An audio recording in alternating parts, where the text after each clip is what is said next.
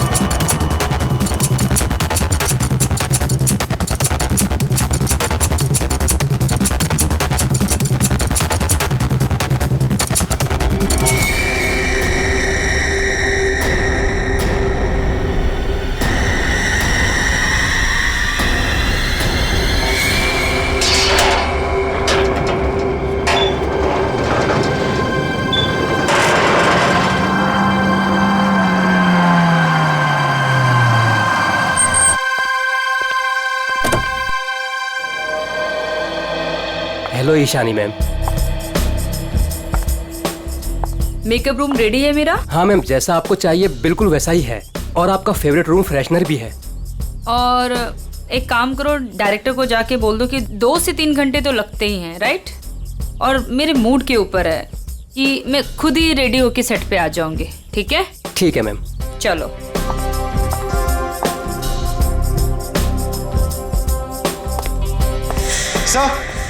Sir Ishani madam आ गए हैं। आ गई? बीबू जी देख, महारानी के तैयार होते ही आज का पूरा शॉट उसको अच्छे से समझा देना। जी सर। ठीक है, मैं उसके नखरे नहीं झेल सकता। Yes sir. सर अगर उसने मुझे थप्पड़ मार दिया तो खा लेना एक थप्पड़। स्पॉट सुन, ईशानी मैम का जूस और लो कैलोरी दही जल्दी से लाना, नहीं तो वो शूट कैंसिल कर देगी। सुनो, क्या मतलब है ये सब का? तुम लोग इधर उधर भाग रहे हो जैसे कि पता नहीं कोई शेरनी आ गई है। जाओ जल्दी से जाकर ईशानी को रेडी करवाओ। अब भी मैं डायरेक्शन टीम को बोल के आती हूँ।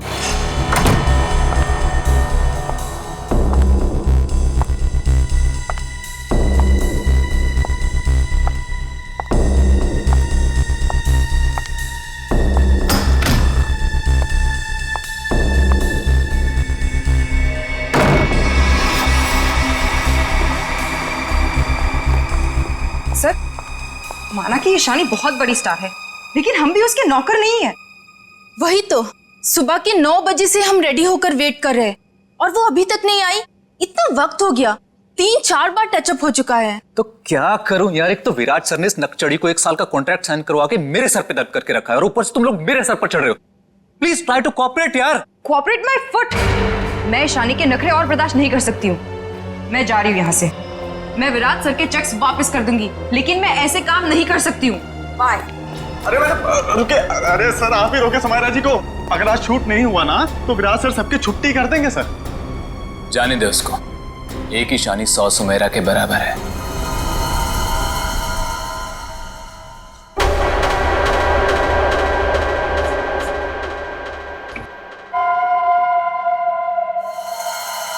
बीबू बहुत देर होगी, देखना कहां पर है, बुला उसको। सर वो सैंडल उतार के मारेगी मेरे मुंह पे। लिख के ले लो, वो वापस नहीं आने वाली है। ईशानी के नखरे ही एक दिन उसे ले डूबेंगे। अरे तू जा उसको बुला के ले, जा जा। अरे जाना। जा रहा हूं सर।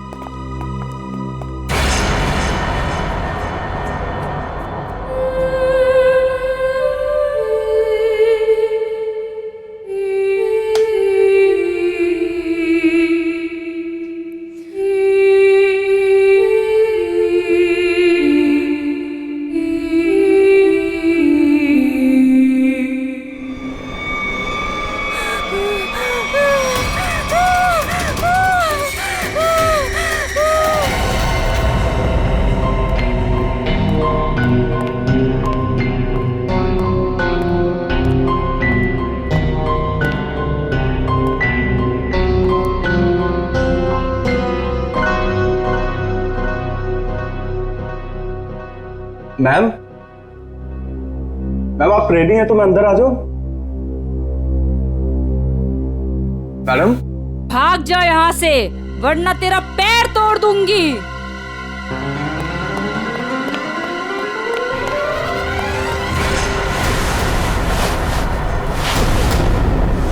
नहीं, उसने कहा भाग जा तो भागकर मेरे पास आ गया। अंदर जाने की हिम्मत नहीं की। उनके बिना बोले मैं अंदर कैसे जाता? आप नहीं जानते सर, गला दबा देती वो मेरा। 3 घंटे से वो तैयार हो रही है, यहाँ शूटिंग का टाइम निकला जा रहा है और तुझे अपने गले की पड़ी है। मैं देखता हूँ, चलकर चलो।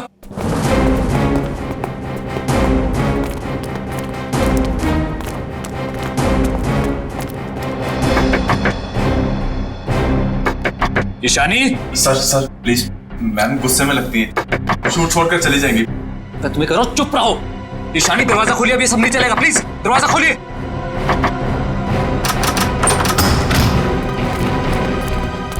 अरे मैम ये हेड क्यों पहनी आपने? ये तो ब्रीफिंग में है ही नहीं। मैम ऐसे बैठे क्यों हैं? क्या अकड़ है इस औरत के अंदर। ईशानी जवाब दो, हमारी तरफ देखो। ईशानी, ईशानी।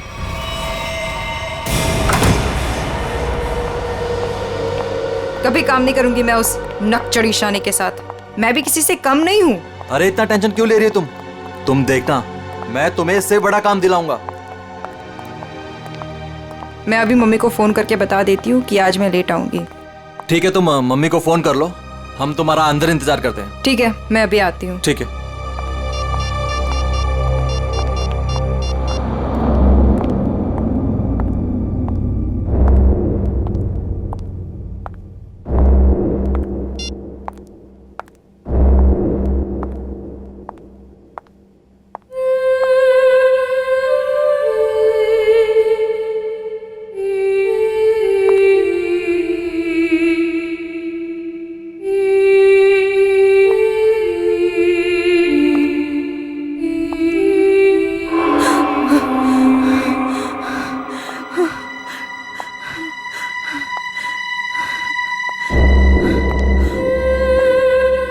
कौन है?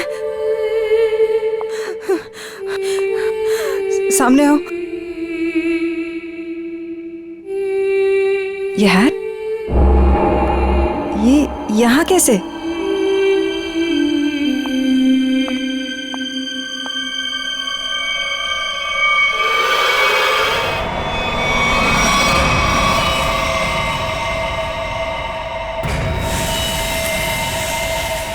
मारने के बाद इतना मेकअप करता है कातिल। ये लाल रंग का हैट, बड़ा अजीब केस है ये। सर ये मेकअप और सारा कुछ उस कातिल ने ही किया है। अच्छा,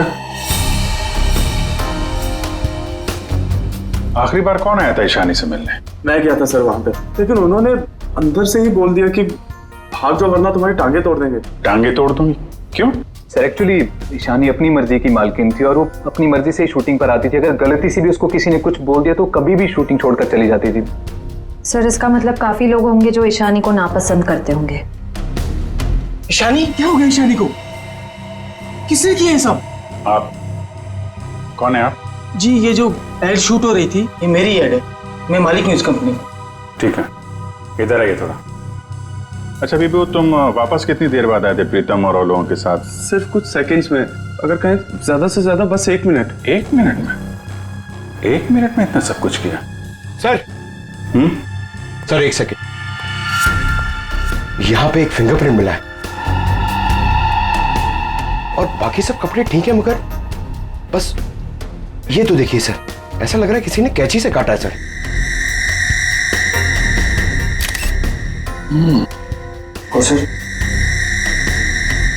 और सर यहाँ पे खून मिला है सर। कातिल पहले से ही कमरे में मौजूद था। सर हो सकता है बिहू ने जो आवाज सुनी वो ईशानी की हो ही ना। हो सकता है। क्या ईशानी से मिलने कोई आया था क्या? नहीं सर, और किसी को आते जाते नहीं देखा। सर कहीं ऐसा तो नहीं कि खूनी ईशानी के कमरे में पहले से ही छुपा हुआ था? एक्चुअली यही हुआ है, सब करने में टाइम तो गया ही होगा।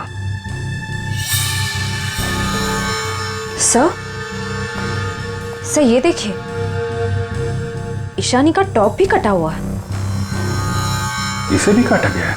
उधर भी कपड़े कटे हैं, इसका टॉप कटा है। लगता है ये जानबूझ के किया गया है।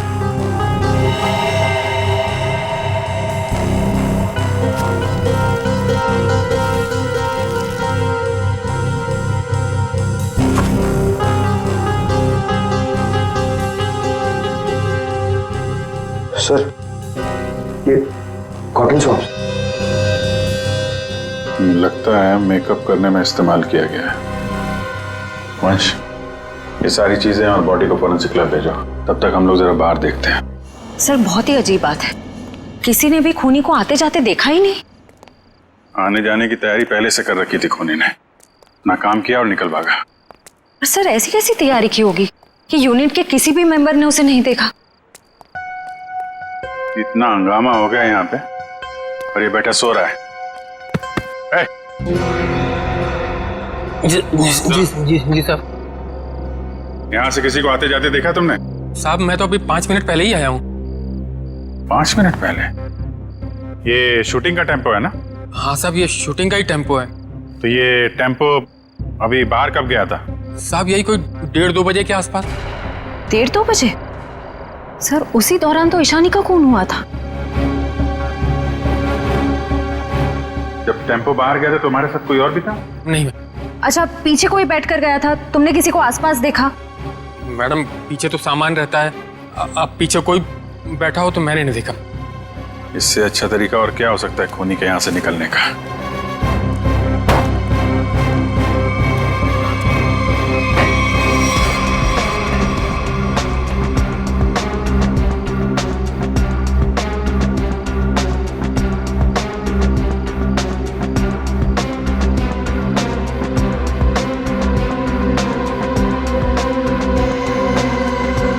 पीओपी का टुकड़ा? ये यहाँ क्या कर रहा है? शूटिंग में तो कहीं भी धूल मिट्टी थी नहीं। ये मिट्टी का टुकड़ा कहाँ से आया? साहब इसमें तो प्रॉपर्टी का सामान रहता है। प्रॉपर्टी के सामान और उसमें पीओपी का टुकड़ा, मतलब कोई और था यहाँ पे।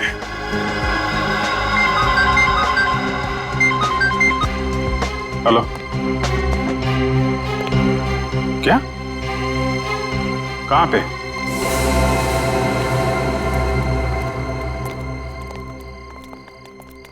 आपने फोन किया था? जी सर, मैं मानिक हूँ, इस दुकान का मालिक। ये मेरे वॉचमैन ने फोन किया था आपको। ये देखिए ना सर, यहाँ लाश है। दुकान खोलो सर। जी सर। तुम यहीं रुको। जी साहब।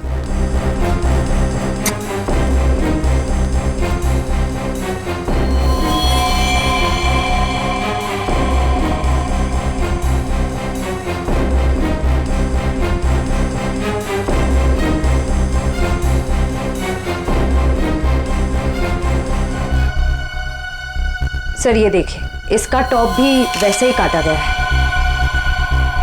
इसका मेकअप निकालो, देखो कौन है ये। Yes sir. ये लाश दुकान में आई कैसे? सर मुझे नहीं मालूम। दुकान तो बंद थी ना, आपने ताला खोला है? मैं क्या बताऊं ये सब कैसे हुआ, और मैं इस लड़की को तो पहली बार देख रहा हूँ। सर मेकअप निकल गया। ये तो समायरा है ना? इसकी भी मॉडलिंग वाली फोटो हमने देखी थी वहां पे। हाँ सर। ये दुकान की चाबी आपके अलावा किसके पास रहती है? मेरी पत्नी सोनाली के पास, लेकिन वो तो पटना गई हुई है। अच्छा,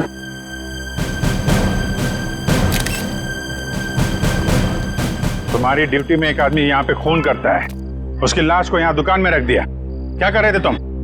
कुछ देखा नहीं तुमने? देखा ना साहब, पर वो खूनी है ये कैसे पता चलता? हा? कैसा था वो? था नहीं साहब, थी। वो एक औरत थी, उसे मैंने जाते हुए पीछे से देखा था। उसने लाल रंग का कोट पहन रखा था, उसके बाल लंबे थे और उसने सर पे एक लाल टोपी पहन रखी थी। और हाँ साहब, उसने डस्टबिन में कुछ डाला था। मतलब सर खूनी एक औरत है? कहाँ है वो डस्टबिन जिसमें उसने कुछ डाला था? वो वहां।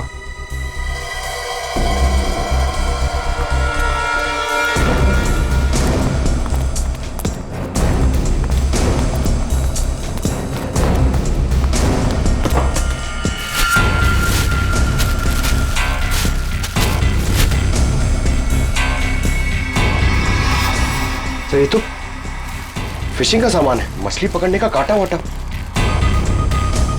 सर ये तंगूस पे खून लगा है।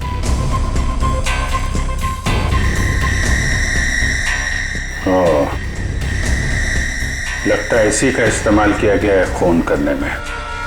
भरे दिन के उजाले में शूटिंग पर कोई मेकअप रूम में घुसता है और ईशानी को मार डालता है, और तुम में से किसी ने कुछ भी नहीं देखा और ना कुछ सुना है? ये कैसे हो सकता है? सर एक्चुअली ईशानी की परमिशन के बिना उसके कमरे में कोई नहीं जाता था। इनफैक्ट उसने बीबू को भी दरवाजे के बाहर से ही भगा दिया, और उसके बाद जैसे ही हम लोग गए तो देखा वो मरी हुई थी। चलो सर ये कास्टिंग डायरेक्टर है कीकू। लेकिन सर मुझे यहाँ क्यों लाया गया है? मैंने समायरा और ईशानी का गला थोड़ी काटा है। चुप! तुम ही हो कास्टिंग डायरेक्टर हो ना, जो ईशानी और समायरा को जानते हो उनके मॉडलिंग की शुरुआत के दिनों से। जी सर। और विराज की शूटिंग पर तुमने ही भेजा था ना उन दोनों? हाँ सर। मतलब तुम अच्छी तरह से जानते थे कि वो कब और कहां मिलेंगे? देखिए सर, गलती हो गई, अब मैं किसी को कहीं नहीं भेजूंगा। दरअसल 5 साल पहले ही मैंने वो काम छोड़ दिया था। 5 साल पहले काम छोड़ चुके? कुछ लड़कियों ने मेरे खिलाफ केस कर दिया था, उस वजह से मेरा ऑफिस भी बंद हो गया। तो फिर कल तुमने ईशानी और समायरा को विराज के शूट पे कैसे भेजा? दरअसल दोस्ती दोस्ती में विराज के शूट पर उनको भेज दिया था सर, लेकिन इन सब से मेरा कोई लेना देना नहीं है सर। फिलहाल तो हम मान लेते कि तुम्हें कुछ नहीं मालूम, तुमने कुछ नहीं किया। लेकिन एक बात याद रखो, अगर जरूरत पड़ी तो तुम लोगों को हम फिर से बुला लेंगे। जा सकते हो तुम।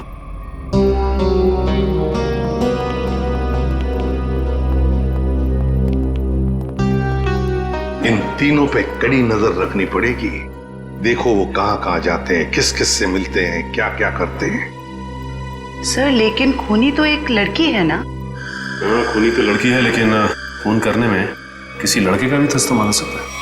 समायरा और ईशानी दोनों मॉडल्स थी, मॉडल। लाल टोपी, मारने के बाद सफेद रंग का अजीब मेकअप, मारने के लिए फिशिंग का सामान, और फिर उन दोनों खून में सब कुछ बिल्कुल एक जैसा।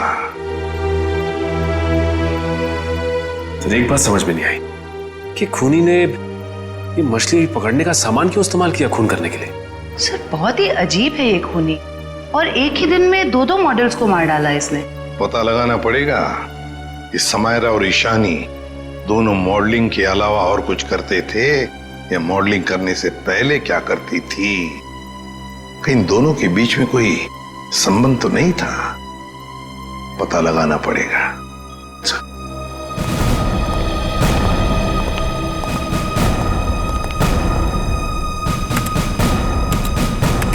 सर 2009 में समायरा और ईशानी ब्यूटी रिबन नाम की मॉडलिंग एजेंसी में काम करते थे, जिसका मालिक ये कीकू था। Kiku, casting director Kiku. इस कीकू के बंद पड़े ऑफिस में जाना पड़ेगा, देखना होगा शायद इसके बाकी मॉडल्स की भी जान को खतरा हो, और ये भी हो सकता है कि हमें उस औरत के बारे में कोई सुराग मिल जाए।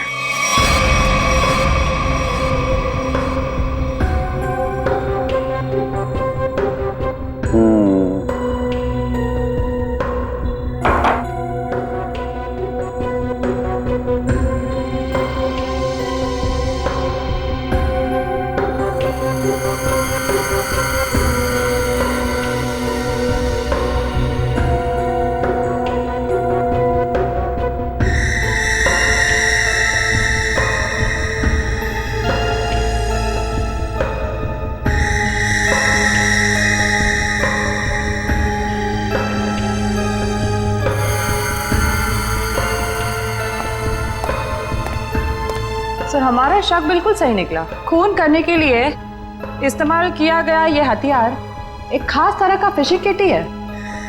सर आप सुन रहे हैं मैं क्या कह रही हूँ? हाँ सुना तारिका, लेकिन मैं फिलहाल किसी और काम में हूँ। क्या? खूनी का कद नापने में। अरे वाह सालुंखे, खूनी के कद का पता लगा लिया तूने? हाँ बस 1 मिनट जरा, ये दोनों के गर्दन का ये घाव देखो बस। ये घाव का निशान ऊपर की तरफ बना हुआ है, ना तो सीधा है ना नीचे की तरफ। मतलब खूनी ने तार से इन्हें ऊपर की तरफ खींचा। इसका मतलब साफ है, खूनी की ऊंचाई इन दोनों से ज्यादा थी। मतलब सर वो खूनी औरत इन दोनों से लंबी है?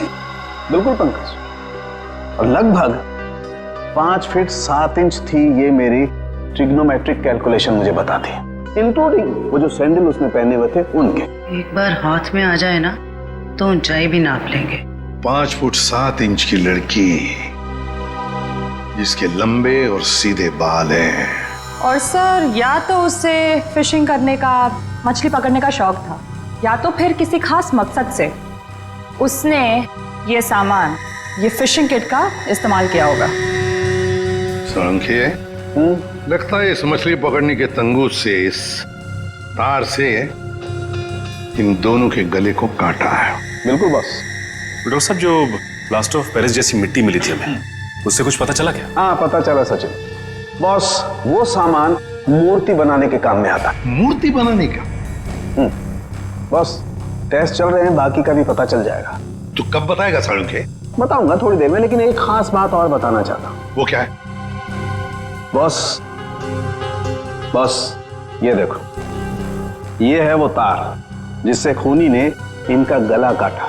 खूनी जब इनका गला काटने की कोशिश कर रहा था, इन लोगों ने अपने बचाव में हाथापाई की होगी। उसी झड़प के दौरान खूनी का पलक का एक बाल मुझे इस तार पर से मिला है। तो मतलब तू अब इस बाल का डीएनए टेस्ट करेगा, है ना? करना ही पड़ेगा। एक खूनी लड़की जिसका कद 5 फुट 7 इंच है, जिसके सीधे और लंबे बाल है, जिसे मछली पकड़ने का शौक है और शायद मूर्तियां बनाने का भी। बस इतना भी काफी है हमारे लिए, इस लड़की को ढूंढने के लिए। मछली पकड़ने का खास सामान लेके चलती है तो समंदर के किसी किनारे में कुछ तो पता चलेगा ही उसके बारे में।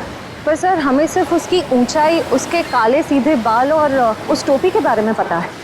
सिर्फ इतनी इन्फॉर्मेशन के बलबूते पर उस तक पहुंचना थोड़ा मुश्किल लगता है सर। कोशिश तो करनी पड़ेगी श्रेया, अपने आप तो चल के आएगी नहीं हमारे पास, है? हाँ वंश, इन्हें बता दिया ना हमें किस लड़की की तलाश है? जी सर। हाँ, तो क्या जानते हैं उस लड़की के बारे में आप? साहब, आप लोग ऐसी औरत के बारे में जानना चाहते हैं ना, जो मछली पकड़ने के लिए बोट का इस्तेमाल करती है? बिल्कुल। ऐसी तो बहुत औरतें आती है हमारे यहाँ पर। देखिए, जिस लड़की की हमें तलाश है वो लंबी लड़की है, 5 फुट 7 इंच की होगी, लंबे बाल हैं, सीधे बाल हैं। और उसकी उम्र तकरीबन 25 से 30 साल के बीच में। लंबे बाल, 25 से 30 साल की उम्र, ऐसी 2-3 लड़की आती है हमारे यहाँ पर। हमें उनके नाम और पते चाहिए। आप जब वोट देते हैं तो नाम पते तो लिखते होंगे ना? जी साहब।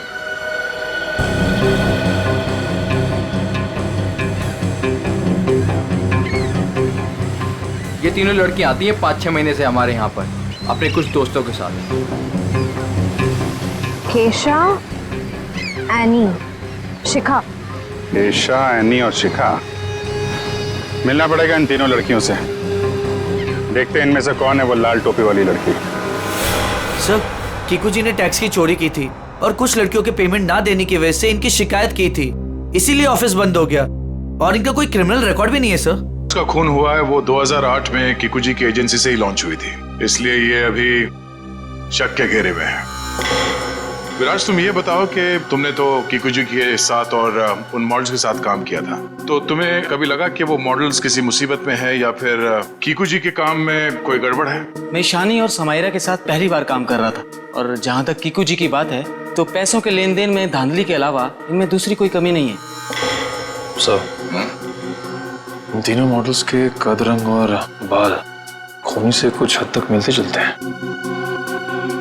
एक काम करो, इन सबसे पूछताछ करो कि मॉडलिंग के अलावा ये लोग क्या काम करते हैं, क्योंकि इंफॉर्मेशन ये है कि आजकल इनमें से कहीं मॉडलिंग नहीं करती।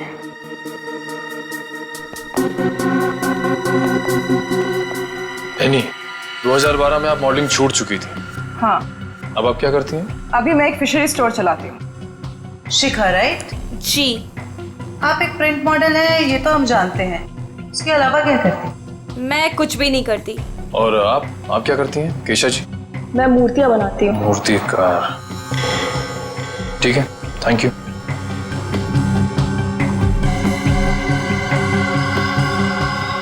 बिल्कुल खूनी की प्रोफाइल जैसा है। कंपनी का नाम रेड इंक। मेरा शक सही है, इस एजेंसी के मॉडल्स का ही कुछ राज है। सर, एनी, केशव और डॉली, उन तीनों की प्रोफाइल्स कुछ उन्हीं से मिलते जुलते हैं। सर, इनका संबंध मूर्तियां बनाने और फिशिंग से भी। तो इनका प्रोफाइल पेशा दोनों शक के दायरे में है। एक काम करो, इन तीनों को ब्यूरो लेके चलो। सर, खूनी की लड़की ने जिस तरह के कपड़े पहने थे उस तरह के कपड़े आ गए सर। Very good. पंकज, इन तीनों के नंबर्स हैं ना हमारे पास? Yes sir. सेलफोन नंबर्स जरा ट्रेस करो, देखो जब उन दोनों लड़कियों के खून हुए तब ये तीनों कहां थी। Yes sir. जयंती सर। ले जाओ। जी, आप तीनों मेरे साथ आइए। कहाँ? अभी बताती हूँ, आओ।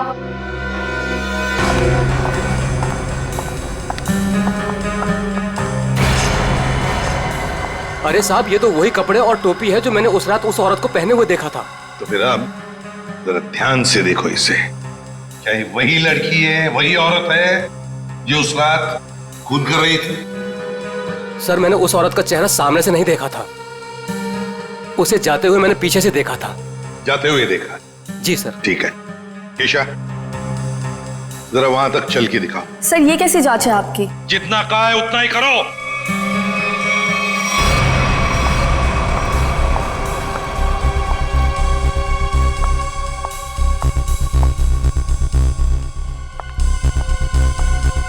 नहीं साहब। नहीं? नहीं। ठीक है, आप आइए मेरे साथ।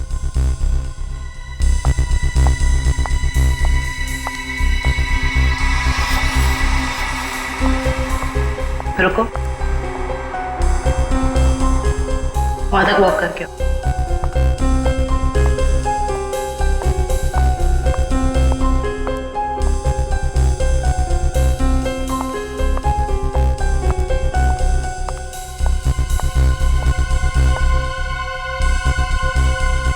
ये भी नहीं है सर।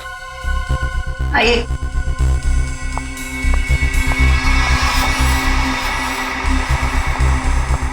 सर, इन्हें तो कपड़े काफी अच्छी तरह से फिट हो रहे हैं। हाँ, दिख रहा है।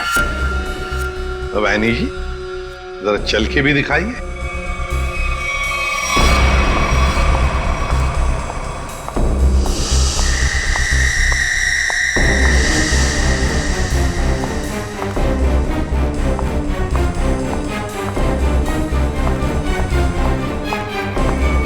यही है सर, बिल्कुल यही है सर। क्या बक रहे हो?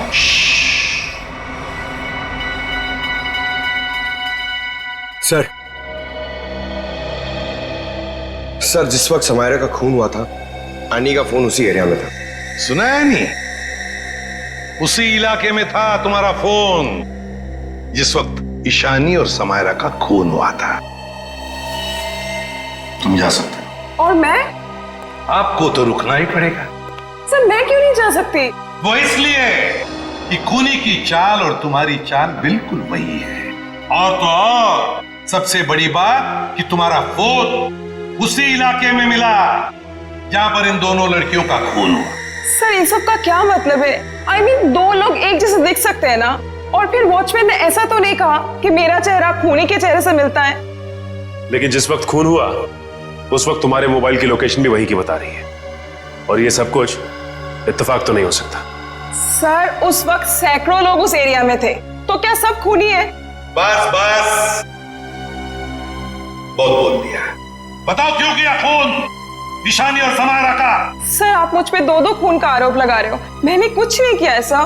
अभी तो सिर्फ आरोप लगाया है, सजा मिलनी तो अभी बाकी है। सजा? जी, सजा, खून की सजा, फांसी। सर, मैंने कुछ नहीं किया ऐसा। मैं बताती हूँ सर। बताओ। पर मेरी एक शर्त है। ये लो, इनकी एक शर्त भी है। चलो बताओ, क्या शर्त है? सर, मुझे 50 लाख रुपए चाहिए। 50 लाख रुपये? हाँ। चलो, दे दिए। अरे लेकिन तुम पैसों का क्या करोगी? तुम्हें तो सजा होने वाली है। आप वो सब छोड़िए, मैं आपको बता रही हूँ ना, मैंने कुछ नहीं किया। सर, मैं तो सिर्फ उसे जानती हूँ जो खूनी को जानता है। और वो है शिखा। शिखा? तुम इतने यकीन के साथ कैसे कह सकती हो आप लोग पता कर सकते हैं ना? हाँ वो तो हम पता करेंगे। सर मेरे पैसे? पैसे? कौन से पैसे? सर अभी आपने बताया आप देंगे। कब? नहीं सर, मैंने तो कुछ नहीं सुना। कब कहा? सर ये सरासर धोखा है। नहीं नहीं नहीं नहीं यानी जी हम कभी धोखा नहीं करते। हाँ धोखा जरूर करते हैं जब कोई कानून के साथ खिलवाड़ करता है, तब कभी कभी सीआईडी वाले धोखा देते हैं। ले जाओ इसे। सीआईडी फिर से? अब क्या कर दिया मैंने? आपने क्या किया है क्या नहीं ये तो हम पता लगा लेंगे, लेकिन आप एक नंबर के झूठे हैं ये पता चल चुका है। क्या मतलब है आपका? आपने कहा आप समायरा को नहीं जानते? 2009 में समायरा ने आपकी कंपनी रेडिंग के लिए मॉडलिंग की थी, सच है? रेडिंग? इसे कैसे ढूंढ लिया आपने? हमें पता चल चुका है 2009 के रेडिंग के फोटोशूट कैंपेन में ईशानी और समायरा दोनों ने मॉडलिंग की थी, है ना? मैम ये कंपनी मेरे नाम पे तो थी, लेकिन मैं इस कंपनी का मामूली सा छोटा सा पार्टनर था। आप इस कंपनी के असली मालिक से क्यों नहीं पूछते? असली मालिक कौन है? चैताली। आप उससे क्यों नहीं पूछते? चैताली? इस केस में पहली बार ये नाम आया। कहाँ रहती है वो? ये नहीं हो सकता, ये नहीं हो सकता। अगर सीआईडी को सच का पता चल गया तो बहुत बुरा हाल होगा मेरा।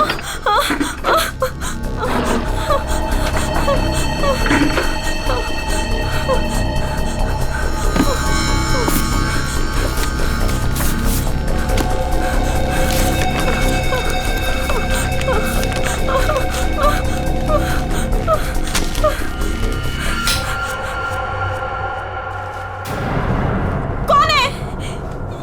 ये लाइट क्यों बंद कर दी? ये लाइट्स किसने ऑफ की?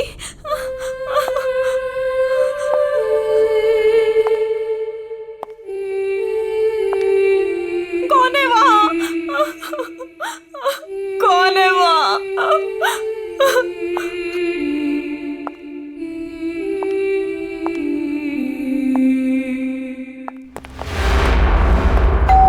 ये शिका सच्चाई बता क्यों नहीं देती?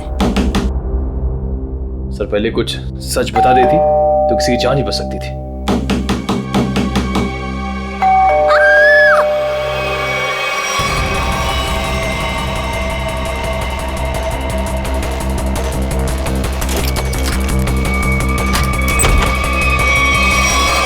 शिका, शिखा, शिका, बचाओ!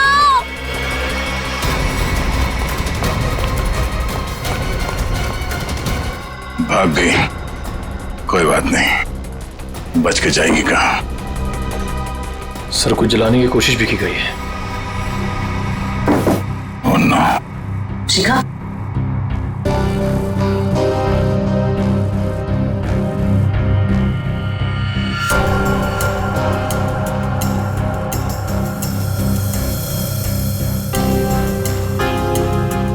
इतना लंबा बाल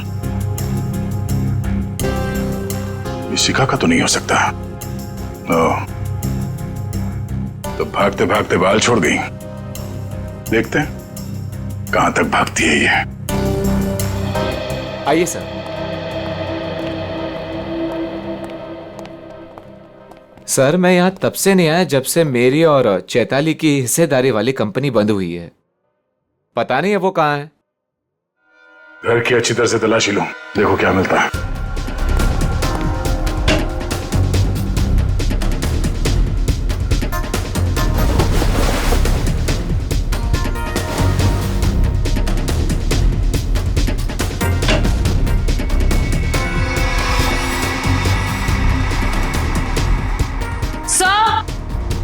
आ जाओ दी।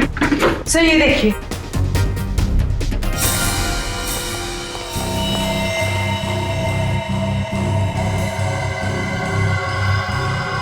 ये तो उस खूनी का पहना हुआ है। सर इस बंद पड़े घर में ये यहाँ कैसे आ गया? चलो निकालो उसे बाहर।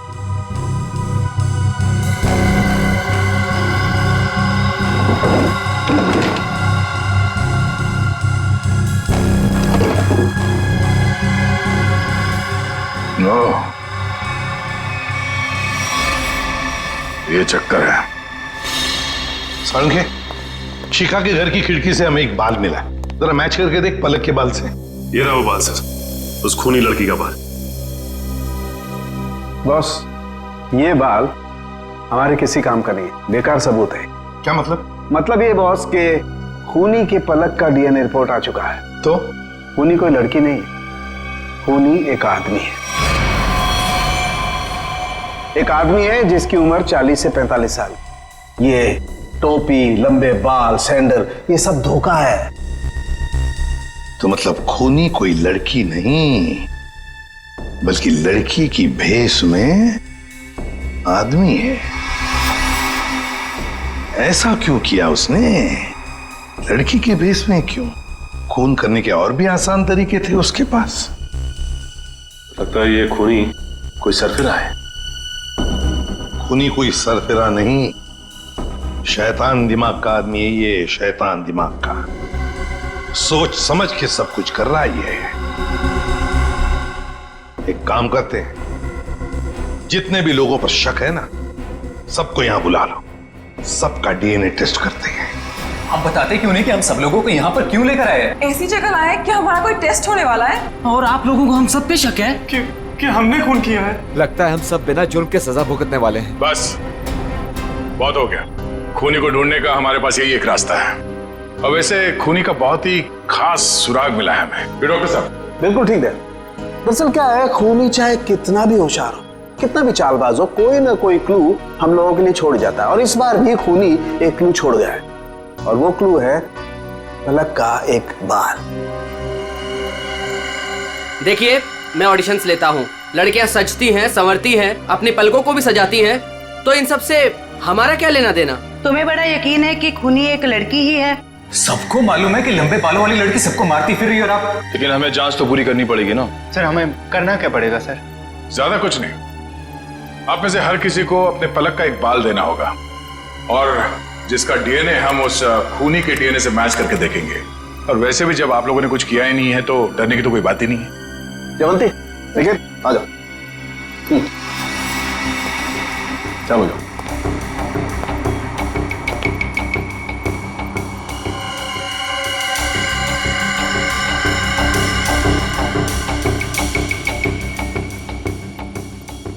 देखिए प्लीज, मेरी तबीयत ठीक नहीं लग रही, मुझे चक्कर आ रहे हैं, मुझसे ये सब नहीं होगा। अच्छा, तुम्हारी तबीयत भी अभी खराब होनी थी? सर आप इस जांच को बाद में भी कर सकते हैं। चलो प्रीतम, मैं तुम्हें हॉस्पिटल ले चलता हूँ, चलो। और चैताली किसी हॉस्पिटल में है क्या? निकल।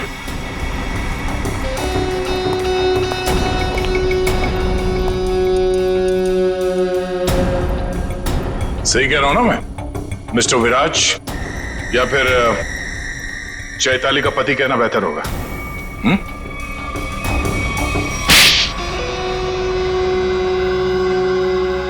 चैताली कहाँ है बताओ? चैताली अब इस दुनिया में नहीं है, और जिनकी वजह से वो इस दुनिया में नहीं है, मैंने उन सबको, समायरा और ईशानी, उन दोनों को भी चैताली के पास पहुंचा दिया। और जिस लड़की शिखा को आपने बचाया है, मैं उसे भी नहीं छोड़ूंगा। तुम सीआईडी के सामने किसी को जान से मारने की धमकी दे रहे हो मिस्टर विराज, बड़ी हिम्मत है तुम्हारे। घर में हमें पता चल गया था कि सारे खून के पीछे तुम्हारा ही हाथ है, और अब डीएनए टेस्ट से प्रूव भी हो जाएगा, लेकिन हम तुम्हारे मुंह से सुनना चाहते हैं। मैं तो अपनी बीवी को इंसाफ दिलाना चाहता था, बस शिखा, समायरा और ईशानी, ये तीनों मेरी बीवी की खुदकुशी की जिम्मेदार थी, पर ये बात मुझे 5 साल बाद पता चली। इतने सालों बाद तुम्हें कैसे पता चला कि ये तीनों तुम्हारी बीवी के मौत के जिम्मेदार है? ये 2009 की बात है। चैताली ने द रेड इंक कंपनी में पैसा लगाया था, और ये तीनों लड़कियां उसके बराबर की पार्टनर थी। माणिक तो बस नाम का पार्टनर था इनके पीछे। मैं उस वक्त यूके में था, और इन तीनों लड़कियों को जानता भी नहीं था। लेकिन जब इनकी कंपनी नुकसान में चली गई, तो इन तीनों ने मेरी बीवी को कर्जे पर बकायेदारों से लड़ने के लिए अकेला छोड़ दिया, और उसे मरने पर मजबूर किया। मैंने एक औरत का वेश बनाया और अपना बदला लेना शुरू किया, ताकि आप लोग ये सोचते रह जाएं कि खूनी एक औरत थी। शिखा के घर जो जलाया था वो एक सबूत था, उसको मुझ पे शक हो गया था। माना कि उन तीनों की वजह से तुम्हारी बीवी अब इस दुनिया में नहीं रही। तुम कानून की मदद ले सकते थे, लेकिन तुमने ऐसा नहीं किया। अपनी बीवी की मौत का बदला लेने के लिए तुम खून करने लगे। अब तुम्हें फांसी से कोई नहीं बचा सकता।